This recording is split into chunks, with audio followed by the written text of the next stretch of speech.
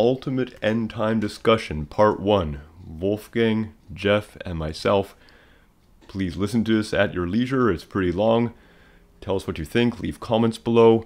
And if you want to be involved in something like this, please let me know. Reach out to me. We can talk about any topic that interests you, Bible related or otherwise. And you could host it. I could host it. We can invite other people in. And I can make sure that it gets edited and put online. Okay, here we go. Again, please leave your comments. Tell us what you think about this. Get in on the conversation in the comment section. Yes, so I'll pitch this a few times, maybe throughout this meeting, but Wolfgang has written a book, Change the World with Love. Link below in the description. Please check it out. And also a link to the playlist of Jeff Lieberman and myself doing a whole reading and commentary on the entire book of Revelation. It was quite an effort, and something any of our viewers here may enjoy listening to for daily devotionals or something like that to familiarize yourself with the book of Revelation. So I have your points, Wolfgang.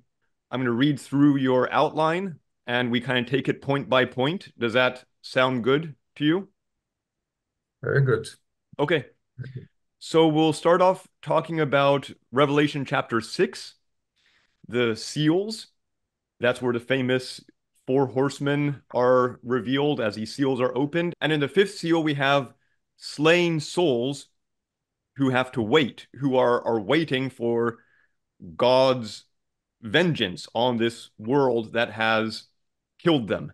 They have to wait till the sixth seal, which is God's wrath, and which then later gets expounded on with the seven vials. Would anyone like to open the discussion on that? Maybe you, Wolfgang? Now, I would say the first four chapters of Revelation are basically history. That's why I don't really, I mean, my book does go, the first part of my book does go into fulfilled prophecies to encourage the reader to accept the Bible more. I mean, there's a whole introduction about the importance of the Bible because a lot of people nowadays they don't realize the importance of the Bible. I want to increase people's faith into the Bible. So the first part goes about prophecies that have been prophesied in the Bible and that have been fulfilled, which we can see nowadays because it's history and it's a proof that these prophecies were for real. They were prophesied by God's people. And now the second part goes into not fulfilled prophecies. And that's kind of where I start here. Of course, there are also sections in the book of Daniel and in other books in the Bible that I don't bring out here because it might get too much. Maybe we can do that another time. Now we're just talking about the book of Revelation, the points that have not been fulfilled yet. And that's where I started here with my questions, with my outline of the parts of the book of Revelation that have not been fulfilled. And that is starts here with the sixth seal of the Revelation chapter 6. Yeah, so you make a really good point about, the first the first three chapters of Revelation kind of introduction, but really important. We get kind of the context through which we ourselves can understand this whole prophecy. It's these messages to the seven churches in Asia who are undergoing persecution. They have all kinds of problems within the church. There are false teachers, there are sinful attitudes. And while they're going through these things, there's these major things happening that are going to be affecting the entire world. Now, I think kind of in their time, the way they're understanding it, there's Jerusalem, the judgment on Jerusalem, there's the Roman Empire. There's so when they're seeing, beasts and harlots and all that, they're seeing it in the context of their time, which is great. But, for us, okay, we're in a different time, so we can appreciate the historical fulfillment that these people saw, but we want to know, okay, what does this mean for us? How can we understand these things for ourselves? And I think there's these themes that get repeated, Old Testament and New Testament and our time. You have you have the beast, which manifests in these different empires. We see that, of course, in the book of Daniel, as you mentioned. There's these different heads, these different kinds of beasts that have these different appearances, representing Babylon, Persia, Macedonia, Rome, future manifestations of the beast. And what does the beast do? The beast rules the world, makes war against God's people, and is eventually defeated by some intervention of God, where God, comes in and does something about it, saves his people. It's happened before, it's going to happen again. That fifth seal, people saying, when are you going to come in? When are you going to do something, Lord? When are you going to do something about this? You can kind of place that kind of occurrence in these different times. Sixth seal, the wrath of the Lamb. Oh man, things get really tough. We see God doesn't take it lightly, when the beast, when the world, when the evil powers of the world are hurting his people. When there's an intervention, be it the flood, the Exodus, the destruction of Jerusalem in 70 AD, be it whatever comes next, when God comes in, it can be a pretty heavy thing. Well, praise the Lord. I love hearing you guys talk. I Mhm. just love it. Mhm. Um, you know, we were made in God's image. The human race was made in God's image. And we have emotions. And people say, well, why is God so angry? Why does he do this? Why does he let all these judgments? Because we were made to love him. And when we don't love him, you see men that go through divorces and jealousies and rage and what goes on in the world. Well, we're made in God's image. God gets angry too. So they fault God. How could God be so angry? He's a loving God. Yes, he is a loving God. He wants to love us. But it takes two to tango. A husband and wife have to love each other. And when people move away from the Lord and don't love him, he's furious. It says in Revelations 4:11, thou art worthy, O Lord, for thou hast created all things, and for thy pleasure they are and were created. We were created to love God. And when we stray from that, he gets very angry. It's understandable. If you have a woman in your life and she departs from you, men have gone berserk because of that. I say men. In my younger days, I went berserk also. So I know what it's like. But as you get older and you grow closer to the kingdom of God, you start to understand these things. And you stay loyal to God. You say, no, Lord, you're it. You're my lover. You're what I'm here for. And that's like Wolfgang, you said, those on the inside. Those are the people on the inside understand that. And if you got the Lord, just throw yourself into his wishes, what his desires are. So I don't want to go on just rambling. You get the point. You know what I'm talking about here. Yeah. So people would go like to the book and get scared. Mm. Well, there's nothing to be afraid of because you love the Lord. It's got a happy ending. This is a book with the most wonderful happy ending. But it's a long book and you want to learn. I think God's trying to scare a lot of people in some respects to come back to him, because he's done that throughout the Bible. He did that with the Jews. He tried to scare the hell out of them. Hey, you better love me and stay close to me.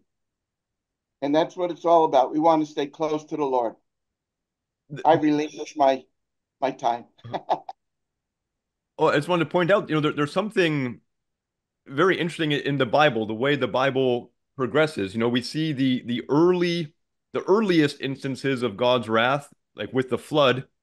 It's a very short story. We have like between Genesis 6 and 7, this huge thing, this huge world-changing thing happens. As we move through the Bible to other times of God's wrath, we get much, much more detail about it. All the people involved, the things they go through. When it comes to, God's judgment on Israel and Samaria, and then on Judah and Jerusalem, there's books of prophecy about it, and we see the story of all these people and how long it is, and it's not some light thing. Like God doesn't just get mad one day and do some big thing. It's even seeing it as God's wrath is kind of takes some faith, because these judgments were very much like human events. It was, you know, Judah's interaction with her neighbors and with these empires, and Judah's rebellion against Babylon. It's like it was a bunch of human events and human decisions that went against God's warnings that eventually, after generations, led to a calamity. There's God really doesn't want to see people get hurt, but people do bring these things on themselves. Like we can kind of see in the book of Exodus. That's kind of a pretty short, compressed story, but even there we see like um there's chance after chance after chance to put a halt to the wrath, to get out of the wrath, but uh it keeps on going because of bad decisions. And then that same thing happens for Israel and for Judah. When Jesus preaches against Jerusalem, it's with sorrow. It's not like, on the one hand, yes, he describes it as God's vengeance against Jerusalem and against, the people who persecuted Jesus and persecuted his followers. On the one hand, yes, it's described in terms of vengeance. But on the other hand, it's this very sad event that there are decades given for people to change course and to get out of it, but it happens, and sadly it happens. And I think, that's just something to keep in mind. Like the calamity, it's not what God desires on people, but it happens. It's kind of like the final result of decades or centuries of people going in the wrong direction. We didn't just wake up one day and have nuclear weapons and start destroying cities. That was the result of centuries of human mindsets going in the wrong direction that led to total war, total destruction, and the horrors of World War II have centuries of ideological background that led up to it and led up to those huge destructions. So I think that's how we can kind of see the wrath of the Lamb, the seven seals. We can see it in that context of humankind moving towards something, and at any point can either slow down that wrath or avoid that wrath by making the right decisions. I don't know, does that make sense to you, Wolfgang, Jeff? Is that a good way to see these kinds of things? Absolutely. I Yeah. love the way you share these things, the historical value, and how we're moving towards. That's a key phrase, moving towards the climax of the end time throughout history. It's just like one wave after the next wave after the next. Yes, it makes total sense to me It's Jeff, could history. you position yourself better to your microphone? Because Oh, I'm sorry. I'm too damn relaxed. you'll have to stay. You'll have to stay that way. Thank you. Yes. Yeah. So it, like you said, it's moving towards the major events. Yeah, yeah. Thank you for giving a little bit introduction. It's true. I mean, some people, I know a lot of people are wondering about the wrath of God, but this is just this sixth seal is just a preview, basically, into yeah, what will come in the end. I'm just going through the book of Revelation so that if somebody else wants to understand, I know people read the book of Revelation and they don't understand it. Even most preachers, even big famous people, don't even want to get into this book because they don't understand it. They don't want to get into it, or people don't want to hear about it because they're afraid of it. Uh, but it has it. I think it's a fantastic book. I think it's very important because it helps us to understand. It gives us a preview into the future, and so this sixth seal in the sixth chapter is a preview into what will come basically at the end of the end time as we know it, as it is, as this world is now. But this was just the beginning of my inquiries that I have now with the next chapter and chapters. We can see more details, and I'd like to get into those details because I want the reader of the book of Revelation to understand these pictures that John gives here in his book. Absolutely. This is what we live for. This is the Right, highlight of our lives. right, There's nothing more important than the Word of God. There's right, nothing out there, right, nothing that's right, more important. We have the most important now. Of course, there's many great preachers out there and teachers, but we're one of them. We're one of the many. And what those preachers and us have to share is more important than anything else on YouTube. right, We are the highlight. So right. That's it. Revelation Whether you 7. believe it or not, we are the highlight. Sorry for yelling. So your next point then, the sealing of the Lord's servants, 144,000. That's very interesting because that's kind of the something that happens in preparation before the wrath starts getting unleashed. Is that are these people being prepared for protection from the wrath or something else? I know there's uh so some different ideas about there about these different calamities we see in Revelation. Is all of it the wrath of God? Are there other things going on? What exactly? And then, of course, to the question here, who are these people being sealed, and what are they being sealed against? Would either of you like to say some words about that to get us started? Yeah, I mean, the wrath of God is uh, described in this one sixth seal in the end of chapter six, which comes later. The 144,000, that's when we start get into more details. Okay, this is the next chapter in the book of Revelation, and it starts out with the sealing of these 144,000. I don't necessarily need to get into it too much. It depends on your time and your interest. We can talk about it like personally. I don't think it is like John the Revelator. He wrote this book to the Jews mostly at that time, and I mean he didn't know about the different churches that we have today. He had his time was 2,000 years ago.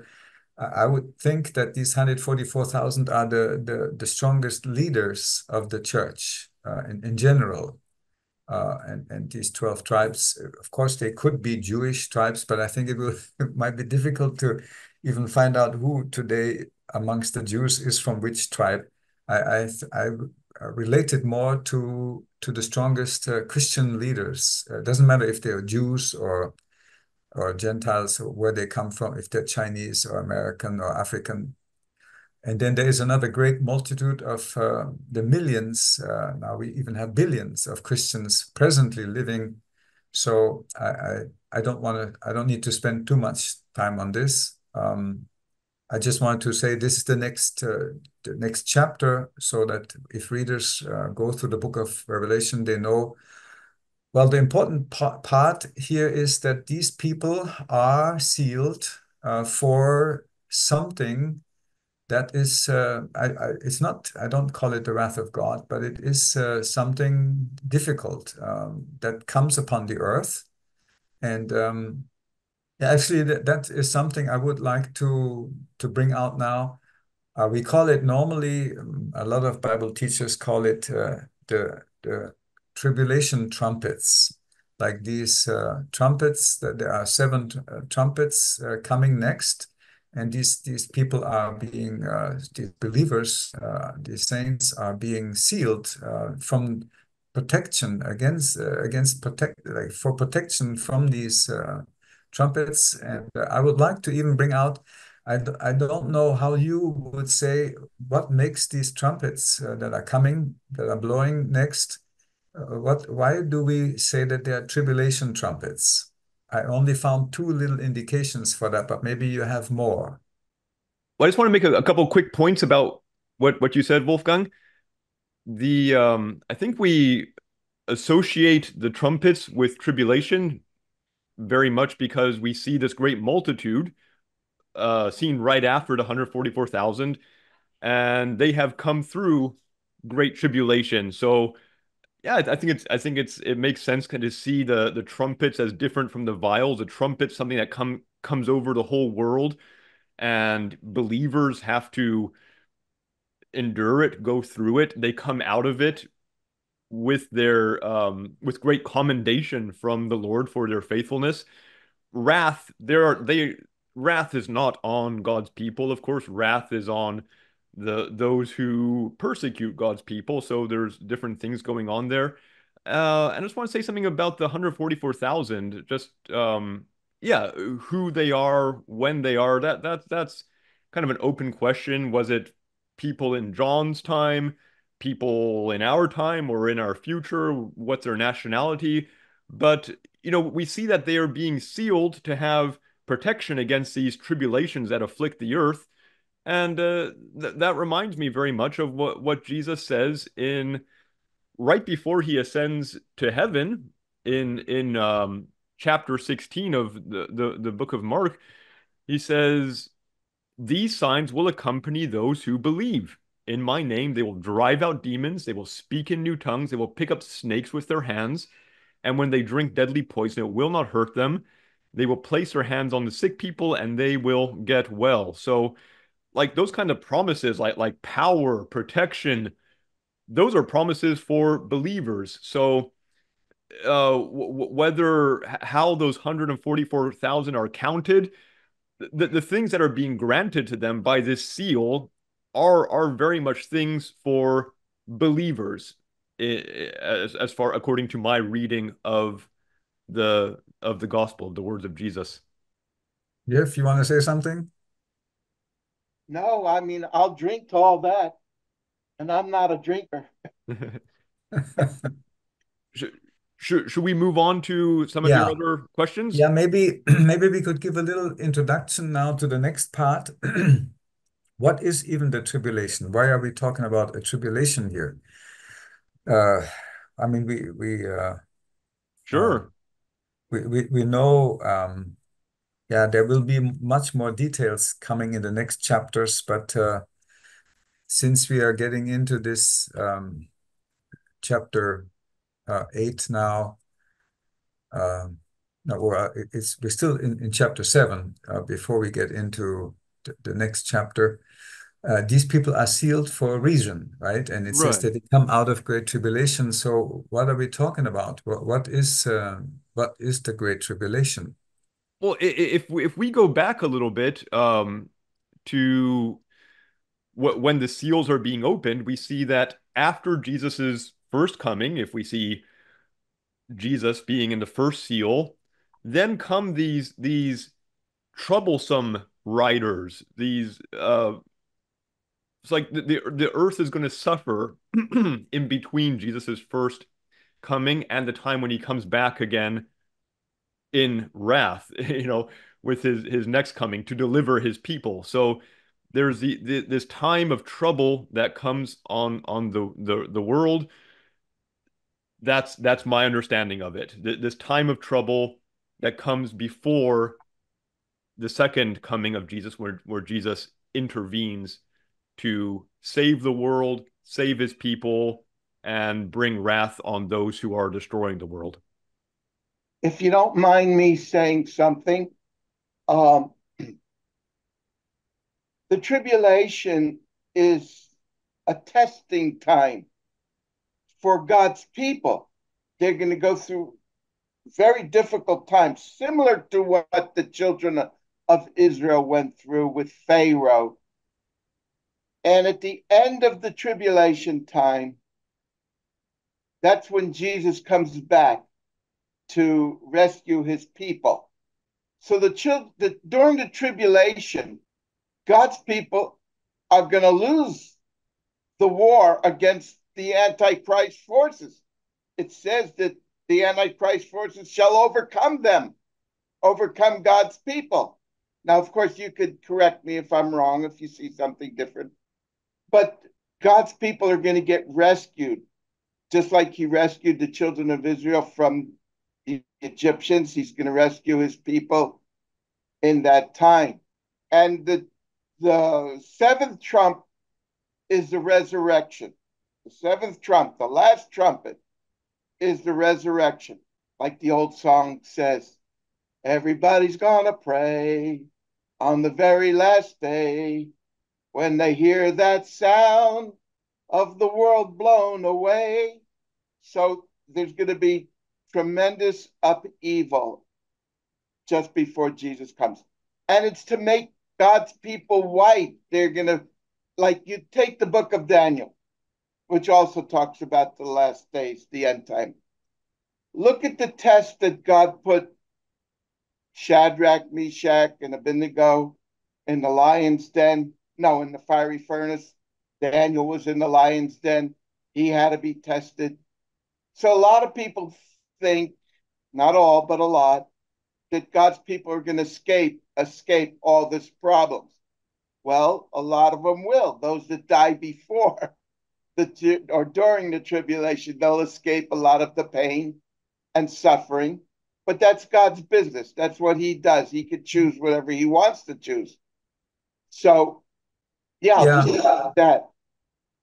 Well, I think one way to explain the Great Tribulation might be when we go back to Matthew 24, where Jesus also talks about this time period of the end, and he uses actually the same words that there would, like, when we see certain things happening, first come like introductory signs of the times, which we can see already now. But then there will be a very strong sign, and that is that when we see the abomination of desolation, which Daniel spoke of, when that stands in the holy place, then shall be great tribulation, such as was not since the beginning of the world to this time, no, nor ever shall be. So just for people who don't know about this, I think Jesus made it very simple, very, very clear, that there will be a time of great tribulation. And I think it's the same words. So just for the readers of the book of Revelation to know there are other books in the Bible that explain about the same things. So this is a time period which we will get into more in the book of Revelation later, when the Antichrist will have made a 7-year covenant, and then he will break this covenant in the middle of the 7 years, and then it will introduce a time period which is called the Great Tribulation. And that's where we are entering now in the book of Revelation. Is that right? Yeah, of course, there's discrepancies. Different people have different ideas about the last 7 years or the last 3.5 years when some people believe the covenant will be broken. Uh, that's a little bit tricky for me. I don't really know exactly when that's going to happen or how it's going to happen. I major on this point. The world is tightening up right now. In these days, there's this World Economic Forum and the WHO, the World Health, through these vehicles, through these different organizations, the world is uniting as one. And when the world unites as one, it's easier for some devil to take control of the world. That's why I'm against globalism. I'm more entitled to be spread out, government spread out, but it's not going that way. It's going the way of the Bible. And the Bible is going to have the whole world consolidated under one faction, one government. And you're not going to be able to buy or sell unless you have the mark of the beast. And that I could see. That is in my face. That part of the book of Revelations, to me, is clear as day. And even people that are not believers or Christians believe that. They could see it. They just haven't come far enough yet to get the whole scope of the situation. But I've been taught that ever since I was a Christian. When I came to the Lord in 1969, I was taught that from the beginning, and I believe it, and it's clearer today than it was then. So it's growing, it's growing towards that time. So the a lot of countries, even the United States, they talk about it losing its sovereignty and becoming under the global umbrella. How this all happens, and in God's time, it could. I don't know exactly when that's going to happen, but you could see it moving towards that. Yeah, I'm glad that you talk about that, because one of my close friends, which I'm also mentioning in my first book, she's a political scientist. She's teaching this subject on university, and she she's not well, she believes in God, but she doesn't know about the Bible. When we were talking about this one world government and the way the world is moving now, when I told her that all this is prophesied in the Bible, she says, "Oh, how come? It's in the Bible." Like, we realized that what the Bible says and what she sees happening right now, it jives. It's very clear that things are moving in the direction of what Jesus also prophesied in Matthew 24 of what's going to happen, how the end time is coming, is for us now. It is already there. It's not the future anymore. We are already at the beginning of this Antichrist government, like being prepared. We are not there yet, but it's being prepared. So I'm glad you bring that out, because even people who don't know the Bible can see that there's something going on. I mean, the globalization is a fact of life, and they're pushing for it more and more. And it's not going to be easy, but here the Bible explains what's gonna come.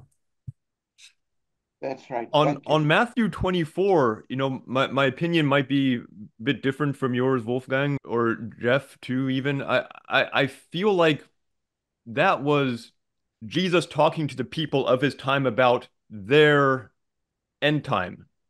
And so, like, for example, a lot of, when Jesus references Daniel, and talks about the things, the great tribulation that they'll face, and he says, when you see this thing happen, everyone needs to flee Judea, drop everything, get out of Judea, get to the mountains, because then will come great tribulation.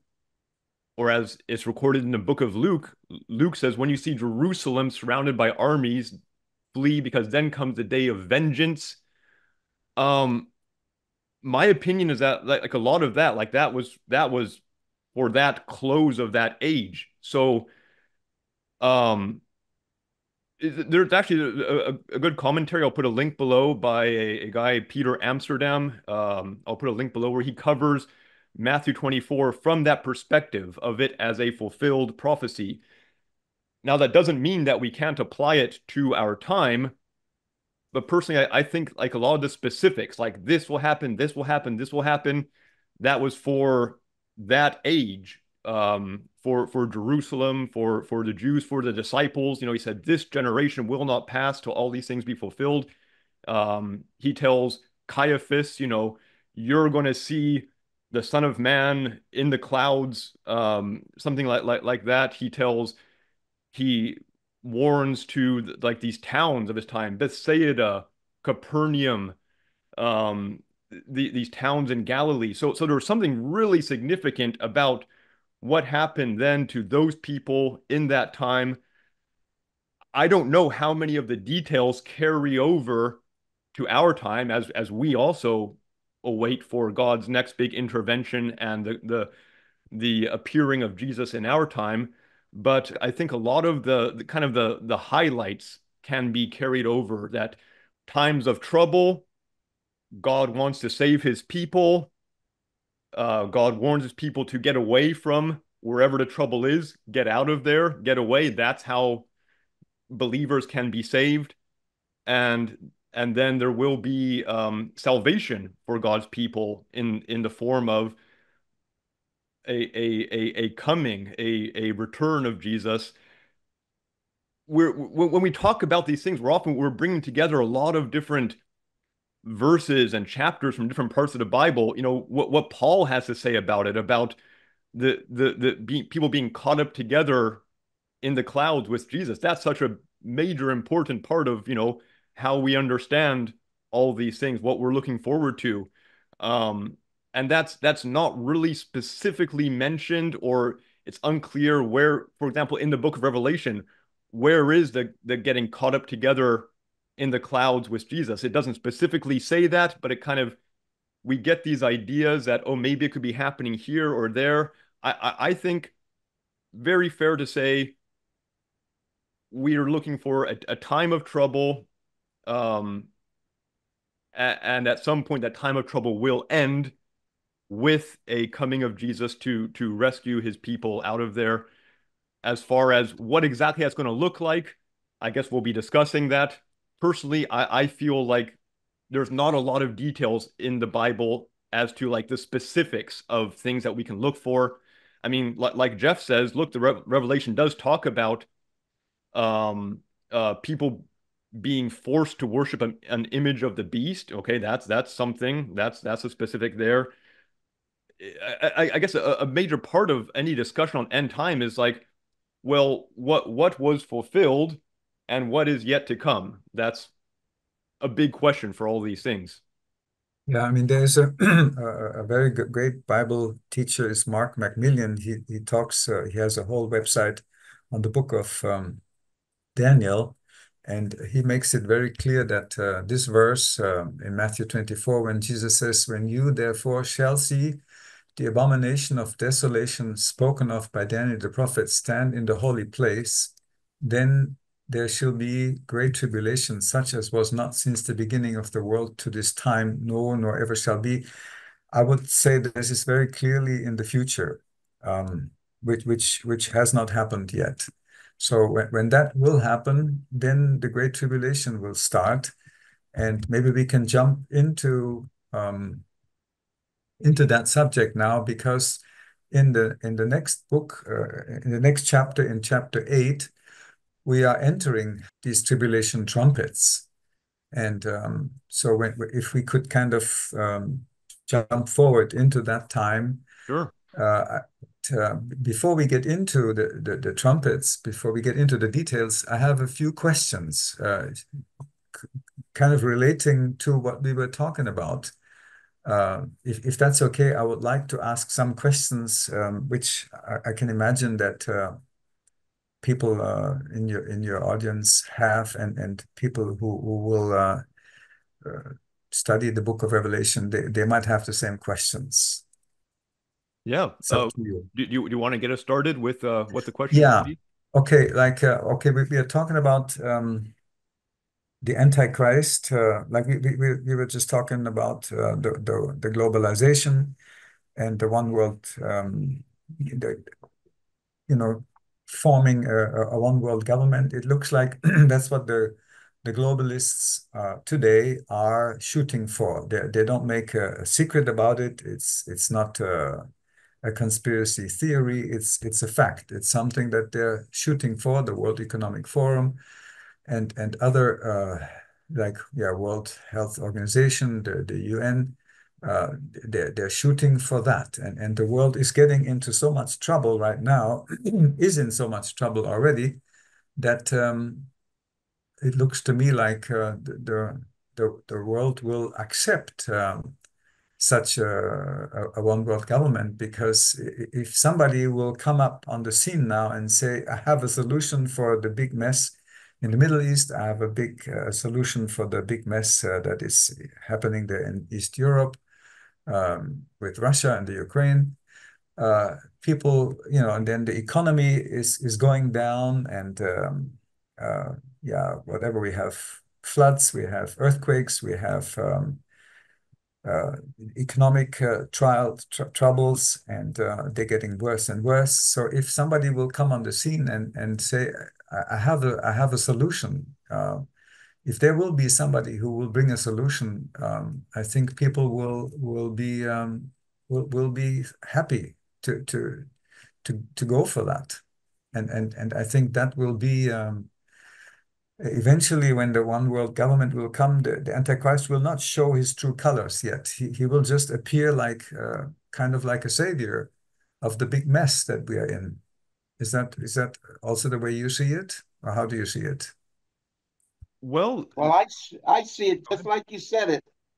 I want to make a differentiation between one world government and the whole world worshiping the beast. I mean, yes, it does look like the world is coming more and more together. We have these different global bodies, United Nations, etc.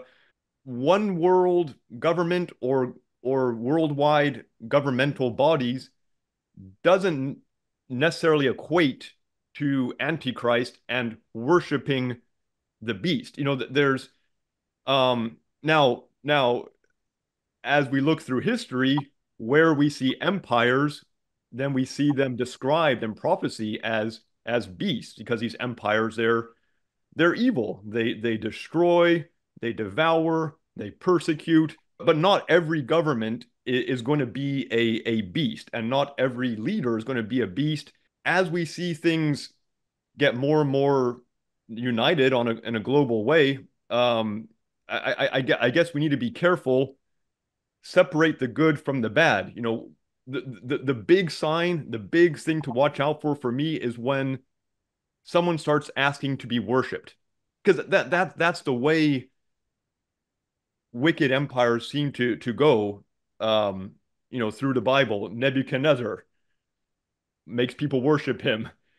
Darius tries to make people worship him. The Macedonian kings try to make people worship them. That leads to this horrible time for Israel during the time before Jesus, the Maccabean period. The Roman emperors try to make people worship them, leads to persecution of the church. So that's the big thing to watch out for, and that's what we're told about in Revelation 13. There's going to be this beast that has power from the devil, and a false prophet that convinces people through signs and through coercion to worship the beast. So I feel like we kind of need to separate the good from the bad. We might see world bodies. I mean, we have the internet. We're connected, whether we like it or not. The bad part is, though, when we start seeing people or entities act in rebellion against the Lord, rebellion against the commandments of Jesus. And the really obvious thing, of course, is anyone or anything that starts asking for worship. In my opinion, that, like, I don't see signs of that yet. I don't know what you two think. I mean, is there something that like any situation where the world as we know it would actually worship the beast? Well, the world in itself, the Bible says, love not the world, neither the things that are in the world. For all that is of the world, the lust of the eyes, the pride of life, is not of the Father, not of God, but is of the world. The world passeth away, and the lust thereof, but he that doeth the will of God abideth forever. You know, I put on the TV to watch YouTube or whatever, and there's so much in your face materialism that it's all a lie to me. It's just, who's pushing all this stuff in my face? It's all the world. It's nothing, it has nothing to do with God. Right. So it's going out and feeding some people. They push it like it's the best thing in the world, Right. over and over, the same advertisement over and over. There's somebody eating it up, or they wouldn't be putting it out. Right. So I think people are being programmed, That's like such in a good point. Hotel California, Very good. programmed. I mean, even Go if ahead. there's so much warning in the New Testament about being separate from the world, it's like kind of answering my question, I guess. Like, even if we're not seeing some figure demanding worship, we still got to be really careful, stay away, be mindful, temptation, be mindful of manipulation, be faithful to Jesus, be faithful to his commandments. In our house, we read the Bible every day, several chapters. And so it's really helpful for me just to have go over the Gospels, the epistles again and again and again and again and again. It helps me have an idea of Keep how the, I'm supposed to live. What am I yeah, supposed to do? What does it mean for me? Okay, you just kind of got to immerse yourself in the right attitudes, and then you don't have to worry. Like I don't. It's hard to deceive someone who has the truth in them and lives in obedience to Jesus. It's hard to deceive that kind of person. So that's my take on it. Yeah, see, Peter, you live in Houston, you live in Texas, in the Bible Belt, and I'm not sure exactly where Jeff lives, but he lives in the States, and there are a lot of Christians still around. But I live in a country that is maybe the fourth our religious country in the world, where people grew up without faith, and very few people have faith in God here. And I think like what Jeff brought out, I think is a very good point. And what you said is also a good point. Like, okay, we don't have the Antichrist person as such around, but I would say the spirit of the Antichrist is around. Like here in the Czech Republic and in Europe, people are very materialistic, and in the States as well. I mean, all these Christian countries are getting basically de-Christianized. Like they are. I mean, I heard that the son of Billy Graham was forbidden to preach in England. Imagine that. England was once one of the strongest missionary-minded countries in the world, and now they don't even let preachers preach in their country. I mean, the world is definitely going into that direction of the Antichrist. Even if the person is not there yet, like we can see if the World Economic Forum, Klaus Schwab, he is talking about China as his ideal model of a government. And if you look at China, it's a total atheistic government. I'm not talking about the people. There are a lot of Christians there in the underground because they cannot be free to worship. But in general, the world is going in the direction of worshiping the Antichrist spirit. I mean, especially in the States. The States has a lot of this Antichrist movement, the LGBTQ, and getting the world into worshiping materialism. I mean, in the past, churches were the biggest building. Today, it's the banks and the shopping malls. I mean, if I go through a shopping mall, to me, it's like it's like a horror movie because there's so much materialism around. People are not thinking about God nowadays. In the past, people were just, it was normal for people to think about God, but today it's normal not to think about God. So I think we are moving in that direction, and yeah, we definitely make a differentiation. There will be a time when the Antichrist will come on, but maybe we could talk a little bit about what will come with this one world government, like with this 7-year covenant. If you could talk about that a little bit, because that will be a decisive new stage in the world. Yeah. Now for me, I kind of stay away from this idea of the seven of the Antichrist making a covenant and endings. Like that's a hot topic there. I know there's been now 2 millennia of Christian commentary on Daniel chapter 9 with some very different opinions on it. Um, I think there's a I know the Jewish understanding and the early Christian understanding, they said that one who makes the covenant and ends sacrifice, that was a bad figure. uh, Jews and early Christians did both have that agreement there, but then some early Christian writers started showing it as a fulfillment of, Jesus came, confirmed the covenant, ended sacrifice. That idea started with a writer named Eusebius in like the early 300s, I think. And most great Christian writers since then, Luther, Wesley, Matthews, have taught that as being about Jesus. I know a lot of Messianic Jews. They say, look, the Hebrew language is very clear that the subject of that is Messiah, not the prince who destroys the city.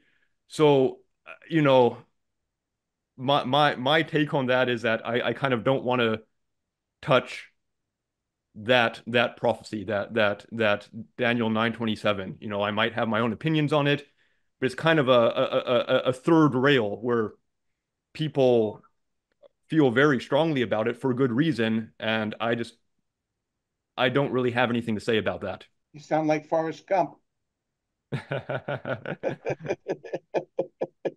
Yeah, of course. This is also a good point that you're bringing out, that there are a lot of different opinions and different interpretations. We don't have to get into you know saying this is it or this is it. But let's continue with our study of the book of Revelation. For me, it's very clear that there will be a 7-year covenant. I mean, that is, but it doesn't matter. We don't have to agree on everything. No, no. Let's say we will go into, well, this would have been one of my questions is, how can such a covenant come about? Yeah. But maybe we can talk about it a little bit later. My next question would be, where do we all agree that there will be an Antichrist coming, who will take over the world? You want to go ahead? Oh, Go I ahead, believe, Jeff? yeah. Oh, I believe that there's going to be a person. Yeah, Like throughout history, you go back, there was, Nebuchadnezzar, you had Pharaoh, you had Hitler, you had always a leader of the people that the people. Look, you got an election coming up in the United States. They want a leader.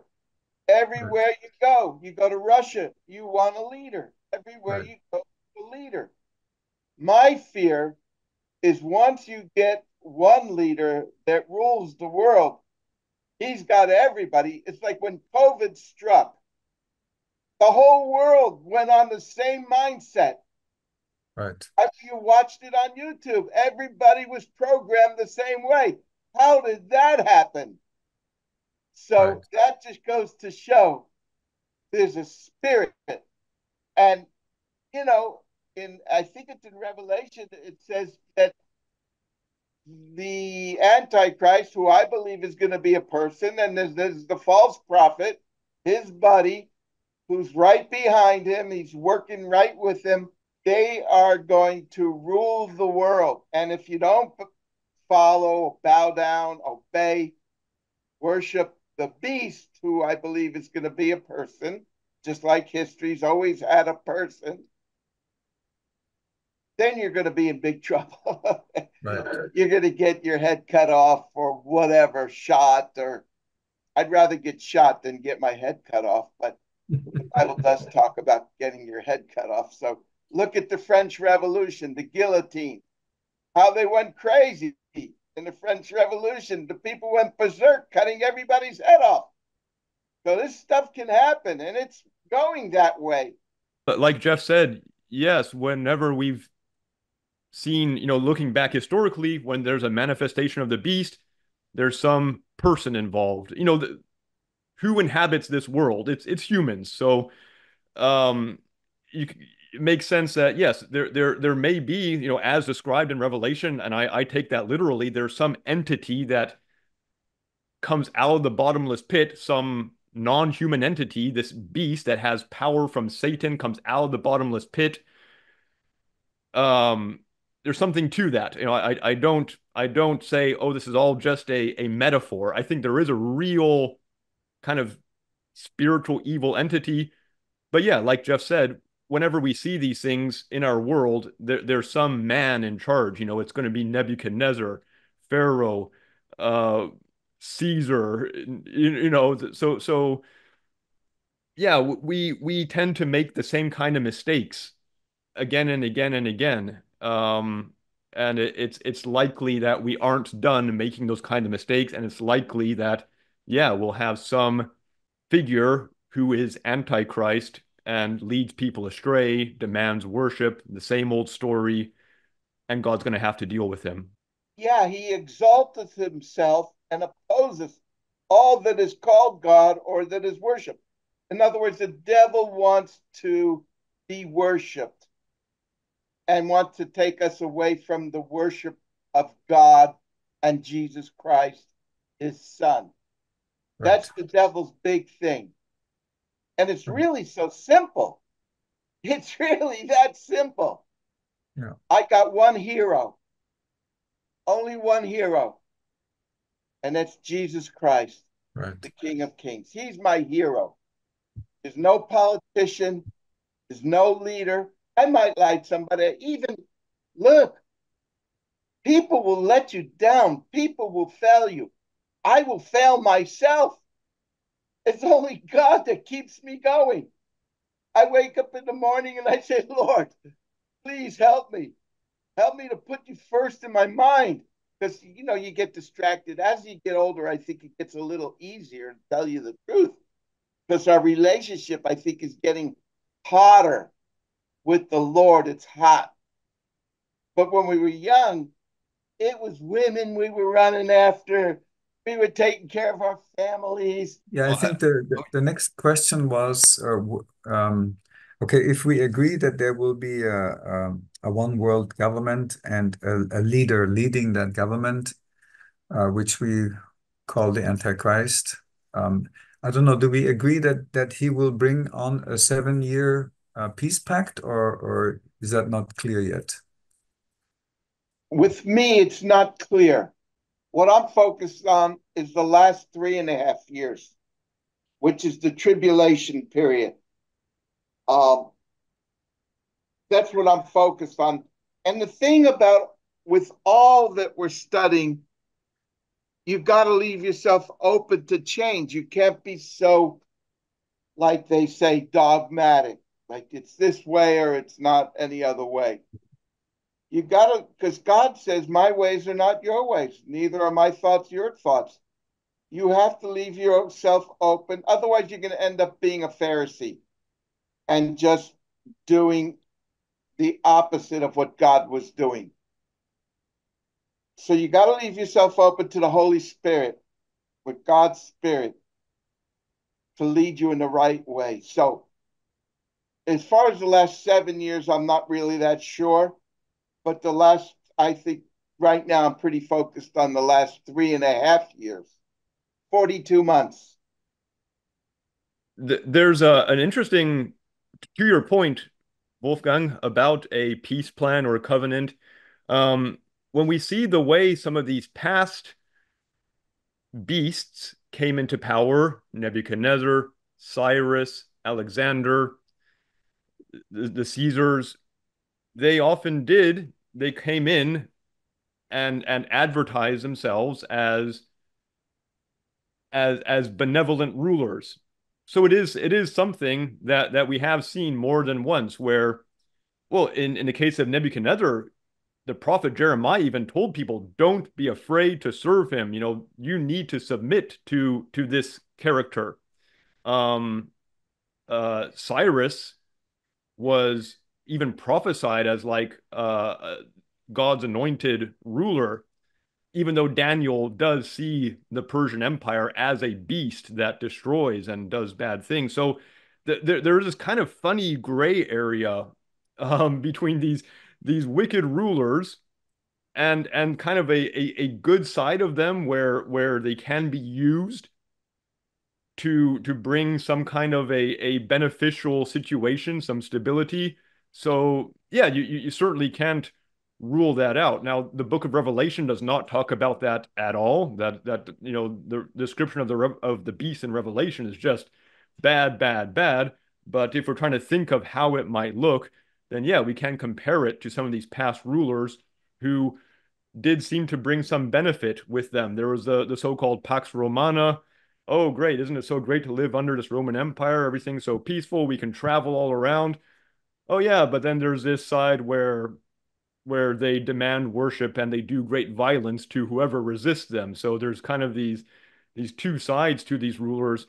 I don't know. Oh, I want to throw out something that might be of interest to you, Wolfgang, or to your readers, about how one of these and an antichrist world leader might come about. If we look at the story of Daniel, where we see a few of these kinds of people, in the story of Darius, he gets he is so lifted up in his power and his pride that he is very easily tricked and manipulated into demanding everybody worship him. Is that Daniel chapter 6, the lion's den story? It's like it's just something that people are very susceptible to. Like they're they're they're so full of what they're doing. They're being so flattered by everyone. Oh, you're doing such a great job. Look how well you are. And now shouldn't everyone worship you? And Darius goes, oh yeah, that makes total sense. He signs it into law and then realizes, oh no, I did something terrible. And when C.S. Lewis writes his allegory of the end time in the Chronicles of Narnia, he writes one of his books is an allegory of the end time. And it's something similar happening there where there's this very manipulative figure who manipulates someone into pretending to be Aslan.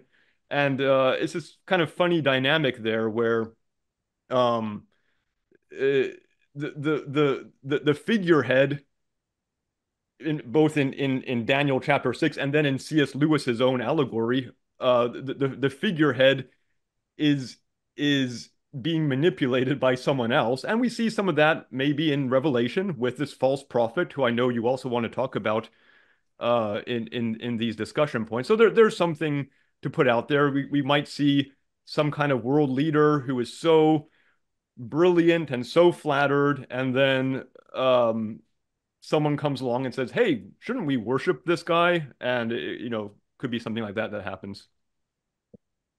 Well, concerning the the 7 year thing, I do refer to Daniel 9 and Daniel 11, where it says very clearly that he shall confirm the covenant with many for 1 week. And I thought it's very clear that this is the last week of the 70 weeks that prophecy that Daniel received. And then it says, in the midst of the week, he shall cause the sacrifice and the oblation to cease. And then he will overspread with his abomination. And in Daniel 11, it has several times where it talks about this holy covenant. Even when you talk, when you accept the last 3.5 years, well, the last 3.5 years are half of seven. I think to me people can read what Daniel says in his prophecy. If it's not clear in the book of Revelation, I think the book of Daniel makes it very clear that there will be a last 7-year covenant. But we don't have to get into it. We don't have to um, get into that. Well, that's fine. I mean, um, I know a lot of people see it that way, and I was taught that way myself. You know, what's tough for me is when you have to put a lot of things together. You know, each thing we can see, okay, there's a chance, maybe a good chance of that being the correct way. But then we have to add something else to it and something else to it. And so like the probability decreases which with each layer that we add on to it. So like for example, if we're using Daniel 9 to compare with um other prophecies, we're adding layers together, which can, in my opinion, it decreases the probability of a theory about that being correct. If a theory, if a Bible prophecy theory is based on a number of things having to work together, then that decreases the chances. That it adds complexity. If that doesn't make sense, we can just cut that out. But oh, I think no, anything you want to say about a 7-year period and covenant, yeah, please go ahead and say it. We'll put it in this video. It could be important for people to understand. And yeah, the book of Daniel, gosh, it has so much in there that we kind of bring into our understanding of the end times. Again, huge question, how much of that is fulfilled, how much of that stays relevant? Big questions there, but please say anything you want to say about that. Well, I would refer the listeners to Mark McMillan's a series on the book of Daniel, because he goes into the details about it. We don't have to get into that now. We don't have the time. It's also not my focus. My focus is the book of Revelation.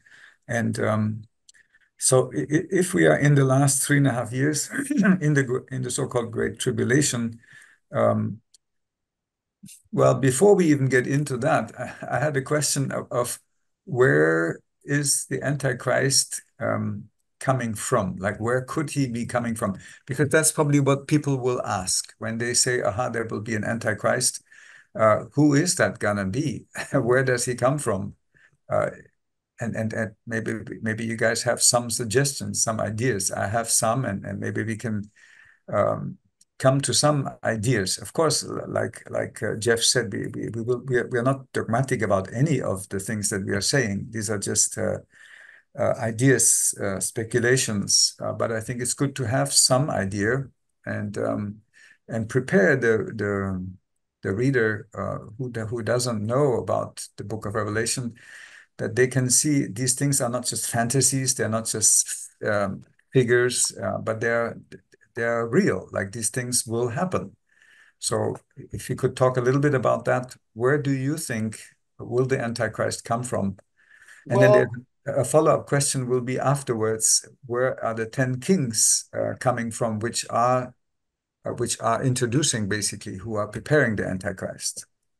well, these are kind of like mysteries. The Bible's full of mysteries. Right, And the book of Revelations is full of mysteries. right, It says the mystery of God shall be finished. So God hides a lot of these things on purpose.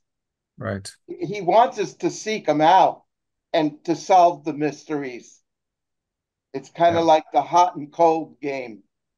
Oh, you're getting hotter, you're getting hotter. Now you're starting to get cold, you know, driving towards the target. Yeah, There are many antichrists in the world. There have been many antichrists, devils in the world.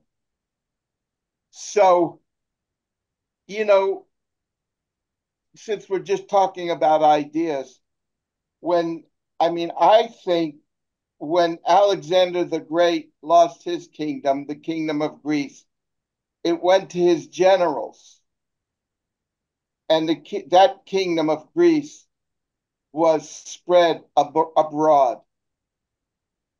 I don't know if it's true, but I got a funny feeling it could come out of the area of Alexander's kingdom.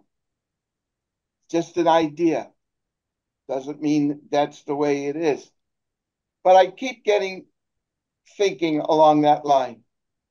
But we don't know, really. There's so much mystery. That's why we have to live each day and try to find out the answers for each day. What did Jesus say? Take no thought for tomorrow tomorrow will take thought for the things of itself. Bible prophecy is a very interesting thing. I've seen a lot of Bible scholars get puffed up in pride, thinking that they had the answer, or they are the chosen one to figure it all out. And that's a danger. So what we really have to leave ourselves open to what God wants to show us each day. For me, I'm 78 years old. My time is short on the earth. I don't know if I'll be around when Jesus comes. I might leave this earth before that. So that helps me keep things in perspective. I don't have to really see any or be right about all that. All I have to be right about is loving the Lord. What is that to thee? Follow thou me.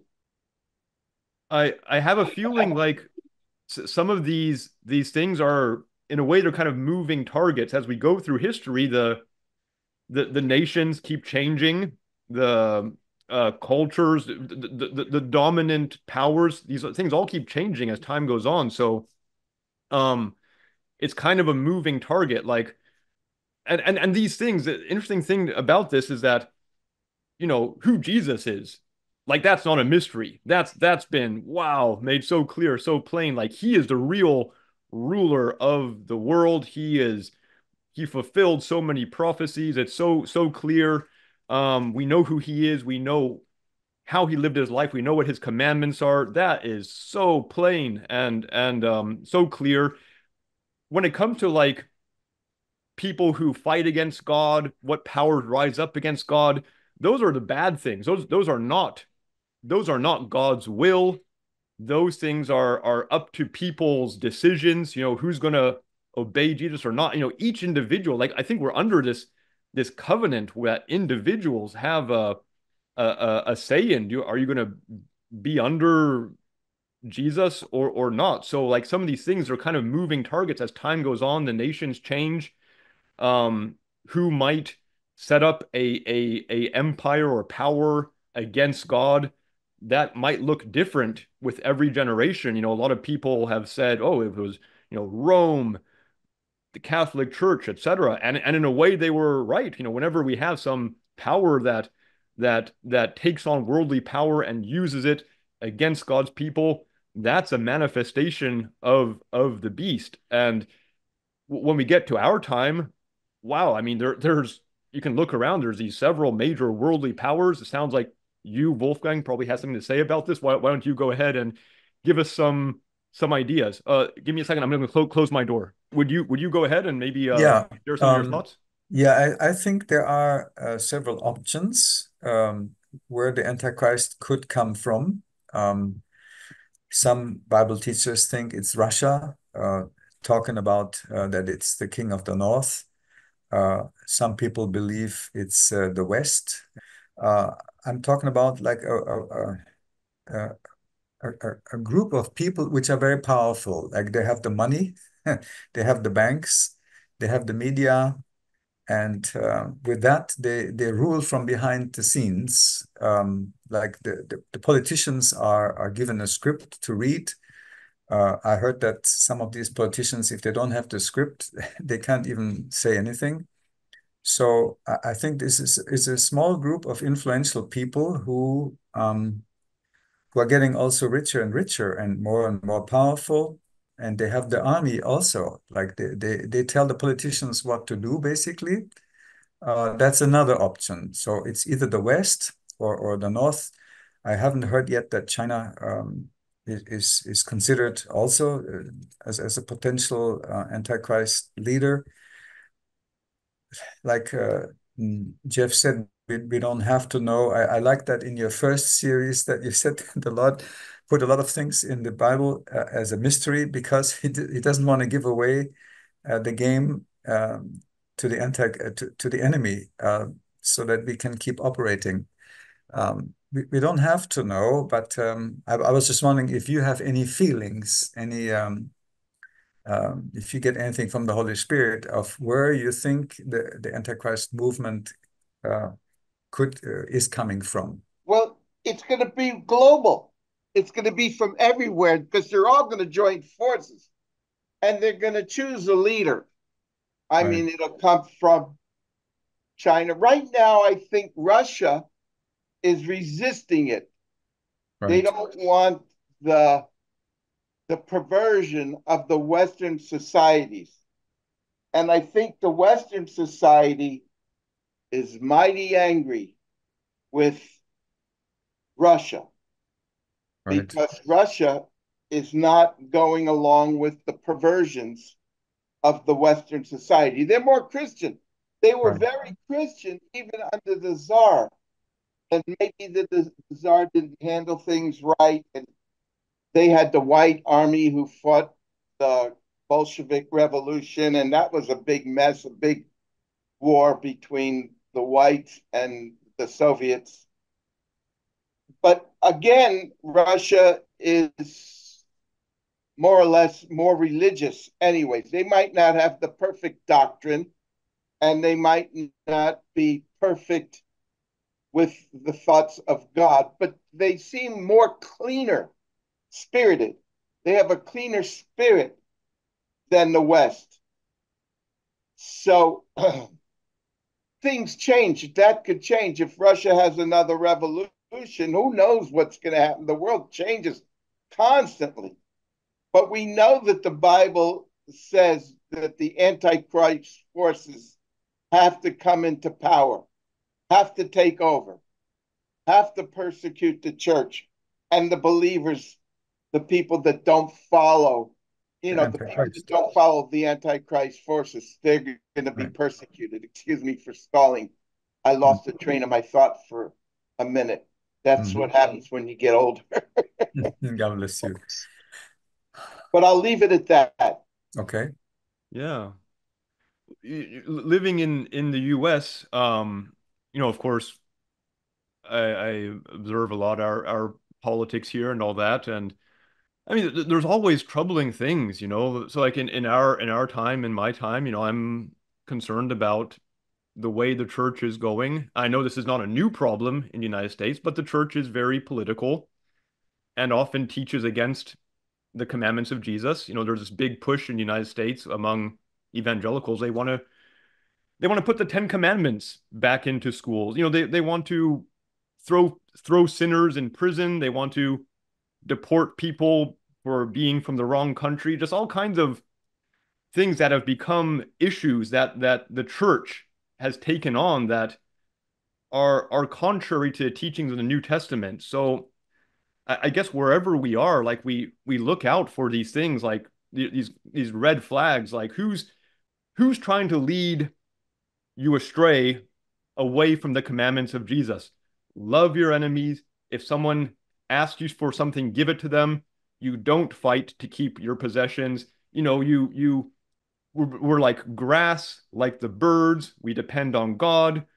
We don't fight for, I mean, talking about the example of Russia, I mean, I understand what you're saying, Jeff. Like, yeah, there seems in some ways they have like a simpler, more humble attitude than the West, perhaps. Yet they also, I mean, they're fighting a war over borders, fighting a war over alliances.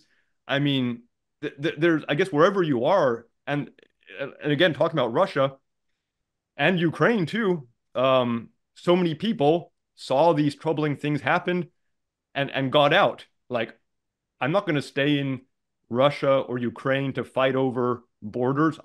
I'm out. I'm getting out. I think that's like wherever you are, you're going to see we have like a sense of like what's right or wrong, and that sense is amplified when we read the New Testament and we can see the troubling things in our corner of the world, and we know, okay, this is right, this is wrong, and in some cases, this is where I have to get out of here because things are going the wrong way too much.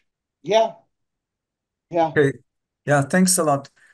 So we covered the options for where the AC comes from. And then my next question would be, where are the 10 kings coming from?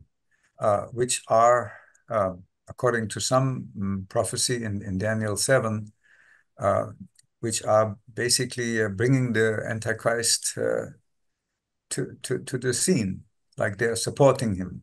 And where do you think these kingdoms come from?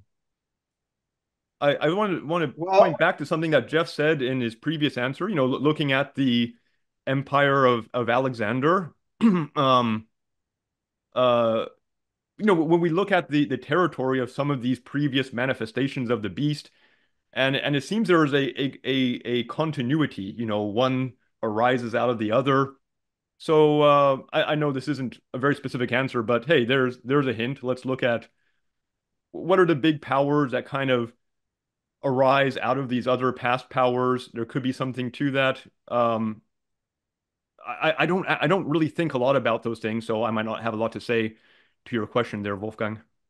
if you Go look at ahead. the current situation, you have the West, you have this coalition called the Five Eyes, which is Australia, New Zealand, United States, England, and there's one more, I forgot what it was. But it's a coalition. They work together on whatever they want to work on, but they're very loyal to each other as of right now. So that's five. Then you have Europe, which is very much aligned with NATO, and they are very subservient to the United States, it seems like, from what I've been listening to. Right. And then you have Russia, China, Iran. So there is a division Right. in the world right now. These, what would you say, the West versus the East? You could say that. So that's one coalition situation right now.